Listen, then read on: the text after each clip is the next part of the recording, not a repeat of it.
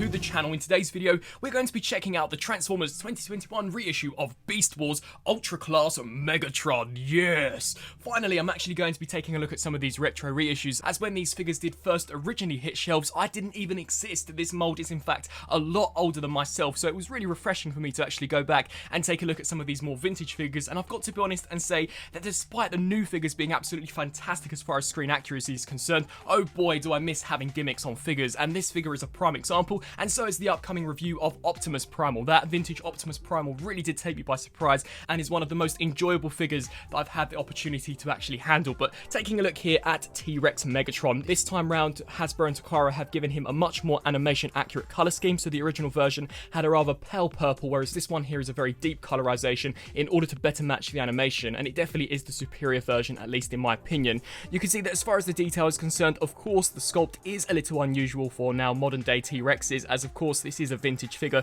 but I honestly don't think it looks too bad at all. I was very surprised to see the variation in paint. You can see the entire top section has been picked out in a really nice green. We've got a nice green wash here in order to fade into the purple, and even as we flip here to the underside, you can see a really nice yellow paint app, and I actually think the T-Rex mode looks pretty decent. Now, one of the main gimmicks for this guy was that his mouth was essentially a water cannon. Unfortunately, at least here on my copy, it doesn't work the best. I have actually filled it up with water and tried to use this, and it just does not work at all. But you can see some awesome looking detail there for the teeth, all of his teeth, even the front rows of teeth, unlike the Studio Series Grimlock. The tongue is, of course, the water pistol, but I think the colour works quite nicely.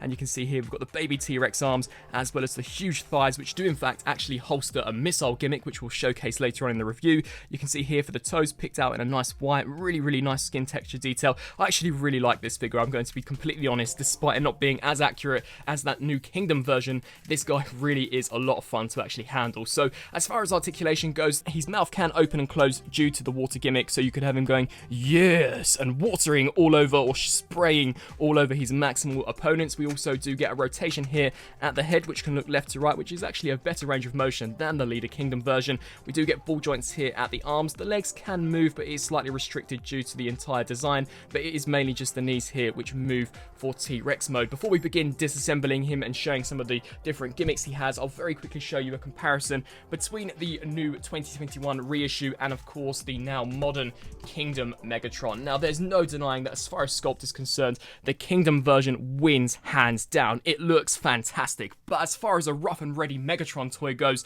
that old Beast Wars version really does feel as if though it could stand the test of time. It's made out of very robust plastic despite being a reissue, but as far as the actual weight is concerned, the Kingdom version is actually surprisingly a lot heavier, probably due to the more rubbery material that the figure is completely coated in. But you can see that as far as scaling is concerned, they are roughly exactly the same size. I believe that when this original version came out, it was in fact an Ultra Class, which was a scale in between Voyager and Leader, whereas now as time has gone on, Ultra Class really has become the new Leader class. But I guess that's just down to the cost of manufacturing. But you can just see the evolution here between the old and the new, and bringing that Megatron here out of the way and showcasing some of the gimmicks. I actually cannot recall the last time that we saw a missile gimmick on a mainline Transformer, so it was definitely super fun to get this figure with a missile gimmick. So to show this, you want to pop out his hip, rotate this section forward, and you will reveal a tiny button which, when pushed, will actually fire quite powerfully a really cool harpoon weapon, and that can also be said for the opposite side as well. And we will also see these in robot mode. The detail is very basic on these, that merely just been cast out of black plastic, but it was definitely a really fun gimmick, and I'm not going to lie, I have actually found myself shooting Optimus Prime multiple times with these particular accessories. But without further ado, Megatron terrorize! Let's get him transformed up into robot mode. Surprisingly, a rather simplistic transformation, so just rotate these sections here down. You want to come to this flap, disengage this section. We can then split this here apart just like so. We can then take this section, pull this up, rotate this around, bring the legs down, rotate here just below the knee, and of course repeat the same process. You're then going to want to flip out the heel spurs on both sides and angle all of this back just to allow for some additional clearance. Pull out the head until it does actually snap into place, and this can be rather tricky as you have to align up these tabs with this, and then at the same time these two tabs here up with the back. So just compress that section in, and with a bit of luck it should actually all align up itself. So just clip that in there really securely. We can then bring this arm down and I actually like to rotate here in order to maximize that elbow joint so that we are left with something along the lines of this. We can take the T-Rex arms, fold those there to the back, and now the actual claw of Megatron. This is a gimmick which I actually think is incredibly flawed. When you actually detach these panels like this, the claw will more or less auto-morph and spring into place. Now, I'm not entirely sure as to whether or not I'm doing something wrong, but it definitely doesn't look the best, and I haven't found a way to actually keep this compressed unless I actually do begin to damage the spring mechanism and actually forcefully ratchet a few of the clicks. But with that being said, here we have the vintage Beast Wars Megatron fully transformed up into his robot mode, and a few of you may be going, what the heck is on his head? This is in fact his mutant mask, which I believe was the original head design they were planning to go with for some of these Beast Wars characters, and then for whatever reason they decided to scrap it and still implement it into the toys. But for those who want to reveal a more Beast Wars accurate Megatron head sculpt, you simply just split the two halves, and there he is, grinning away, looking fantastic. And this is the head sculpt that we should have gotten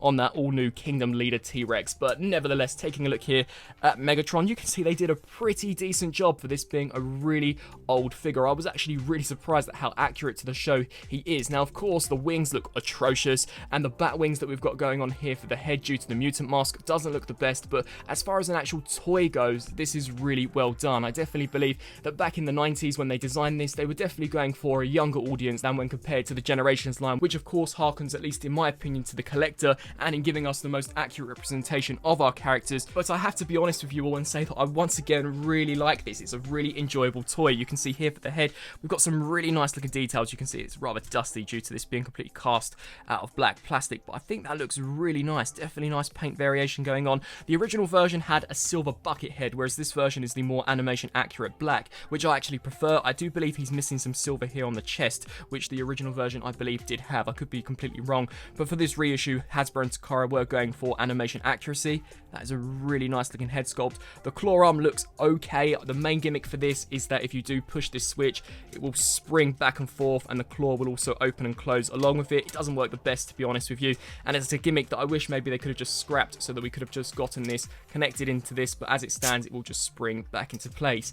As mentioned before, the actual T-Rex arm is supposed to be a water pistol, but it doesn't work the best. We do also get the same hip blasters that we saw in T-Rex mode, so you can still fire them at Primal or any of the Maximals, which is really, really cool. As far as articulation is concerned, Megatron has got a ball joint here at the head, which has got fantastic range of motion. And just to give you a closer look at the details on that mutant mask, you can see very, very unusual as far as the design is concerned, but the sculpt definitely does look awesome. And if you do actually conceal this, of course, we will get a much greater range of motion, which isn't hindered. We do get hinge joints here on ratchet joints at the shoulders. The arms can move out to the sides. This one's got a slightly better range of motion due to the nature of the design, so we also do get an elbow bend here. We surprisingly get a waist joint, which I wasn't expecting at all. Ratchet joints here at the hips, kicking forwards, backwards, as well as out to the sides. Rotation here at the knee, a hinge joint there at the knee, and then finally here for the foot, the toes can pivot forwards and backwards. So overall, for an old vintage toy, I actually think the articulation, the detail, and the accuracy to the show is pretty awesome. And for those who perhaps grew up in the time period that Beast Wars was on and maybe used to have this figure but now do not, I think this will be a really nostalgic piece to add to the collection. And for those like me who never actually grew up with Beast Wars but yet still want to experience some of those vintage toys, I definitely also would recommend this guy. He's really fun, and it's definitely interesting to see the evolution of Transformers toys, especially as far as plastic is concerned, engineering, and gimmicks. I would love to know down below what you guys would prefer. Would you prefer more accurate looking characters, or would you prefer more heavily gimmick inspired characters like this guy with the missiles, of course the water cannon, which you just would not see on a now modern Generations figure, and of course this really unusual spring-loaded arm claw that we've got going on here. And very quickly, just before we conclude this review, here we've got an old and new comparison next to the old 90s reissue of Beast Wars Megatron, and of course the new 2021 Kingdom Leader Megatron. And honestly, as far as accuracy is concerned, it's night and day, but it's going to be. The Kingdom version is of course using a lot more sophisticated engineering and technology, but I will be completely honest with you and say that I actually think I've had more fun in the smaller amount of time that I've had this vintage Megatron than when compared to the Kingdom version. This guy, whilst is really accurate to the show, he's definitely not as fun as this figure because he doesn't have the missiles, he doesn't have the spring-loaded gimmick, and he doesn't have that rather simplistic conversion. I really like this figure. I think that is such an enjoyable figure to handle, very simplistic to convert from robot to T-Rex mode, and whilst it may not be 100% accurate, I do think they've done a pretty decent job. I actually really like the mutant mask as well, despite despite it looking rather unusual, I guess you could just call it a battle mask feature, and it was really cool to actually face this figure off against the vintage Optimus Primal, which when we actually get to that Optimus Primal review, you guys will just see how much fun I've actually been having with that, as it's a really enjoyable toy. I've thoroughly enjoyed taking a look at this vintage inspired Megatron. I would love to know down in the comment section below what you guys think of Hasbro actually reissuing some of the older Beast Wars characters. Are these figures that you'll be looking to add to your collection, or will you just be giving them a miss in order to make way for the new Kingdom, more updated figures that we are now getting in the Generations line? I thank you all so much for watching, and until my next review, I'll see you then. Thanks for watching.